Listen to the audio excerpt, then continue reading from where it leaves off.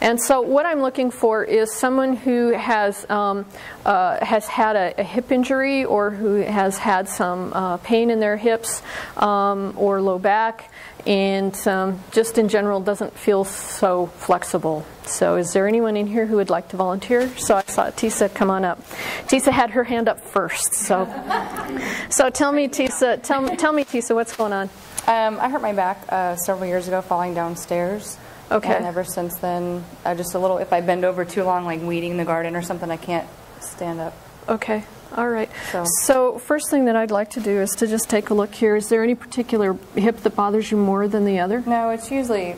It's pretty straight across. Just in the back here. Yeah. Not so much in the front. Okay, so let me just look at my note here for just a second, because I have a note to myself here. Yeah, we want to do this side. So let's have you put this side up. And whenever you put somebody in a sideline position, you always have them laying on their side and their head supported. So what we're going to do is bring the knees up. There we go. And so what we're going to do is just test your flexibility a little bit, because we want to just see just how flexible you are. Because if you're too flexible, I really want to show the class how this works. So just let your arm drop back to where it feels comfortable and not floating down. There you go. Okay, she'll do. All right, so there we go. So remember where her arm went? Did everybody remember that, where that was? Okay, so what we're going to do, Tisa, is bring your knees up just not too much, about right there. So Tisa, what I want you to do is, and please pay attention to how I'm dialoguing this as well, okay? What I want you to do, Tisa, is I want you to take this leg, and I want you to very gently slide it forward without pain. Do not go into any kind of discomfort or pain at all. And then now bring it back, and bring it back beyond neutral. Good. And I want you to keep this part still so that it's coming from down below. And you've been doing a good job with that. That's why I'm having my hand here, is to help keep you still. So now what we're going to do is, now that you know where we're moving to, what I want you to do is to very slowly bring the knee forward. Same movement. And then once you reach the end point, then start back the other way. And the same thing here. Once you reach the end point, start back the other way. Okay? Don't strain into the movement. Okay. Don't force anything. Just go as far as it feels comfortable and without a whole lot of work. Just notice where that happens. Okay? And again, let's slow it down a little bit on that coming forward piece. And what I want you to focus on and concentrate on is, can you feel the jerkiness that's in that movement as you're making it? Yeah. Okay, so what I want you to do is to very gently and easily see if you can smooth it out. Try to really focus and concentrate. And you're doing the coming forward part really fast. I want you to slow that down too. So it's like coming back nice and slowly, coming forward nice and slowly. And really smooth it out. There you go. And did you notice about a time or two ago that there was a little give in the movement? That was my signal that we'd already done enough. But for your edification, I wanted to dialogue how I work with her on this. Okay, so just rest now.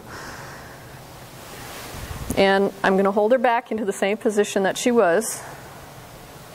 Wow. Wow. Yeah. Yeah.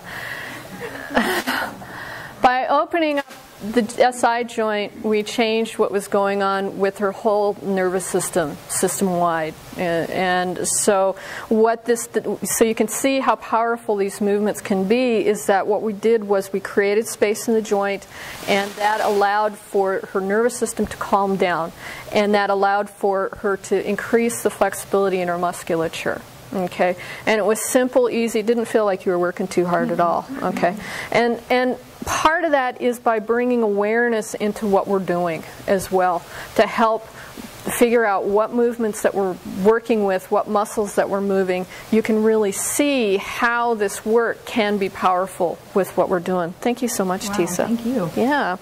So this might be a movement that you might want to work with. Okay, and play with. Yes? Well, it depended upon what our goal was. If she had a real severe shoulder injury to where she couldn't move her shoulder very well, that might be a good way to begin the process and to calm down the nervous system, which would allow her shoulder. So it would be an indirect movement for the shoulder. It's a great question, Harold, because you're giving me an opportunity to talk about this, which I do talk about a little bit, but in the seminars. But so that would be an indirect movement for the shoulder. Okay. That would be a direct movement for the hip, because we're going right for the gold. We're going for what's going on in the hip and the SI joint. Because what this movement does is that by dragging the leg forward, it drags the ilium and and opens the SI joint is what it does. Okay, so our focus was opening the SI joint on that movement. You did this, okay, and nothing changed. What with her arm? What would that tell you? Is what I mean.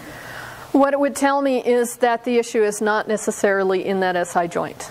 Right. So if there was no if loosening the SI joint did not contribute to greater flexibility in the shoulder, it would tell you, guess I need to look somewhere else. Yeah, and see, you notice that what I did was I looked at her first before I put her on the table. Again, you learn this in the posture class, because we don't have time to teach everything here, is I was looking at an anomaly called flare, okay, which is this kind of thing. And what I was looking for was which side is flared out, because if it was the flared inside, see how much stress there already is on that SI joint? Then we wouldn't have gotten as good a results. Okay, but by doing the flared outside where I knew that there was going to be compression in that SI joint, then that by working that leg and opening that SI joint a little bit, I knew that I was going to make a difference. Okay, so it's understanding how posture ties into the body can affect how you give the movements and how you can make a difference in what's happening with people's lives. So, you know, just treating everything equally doesn't work.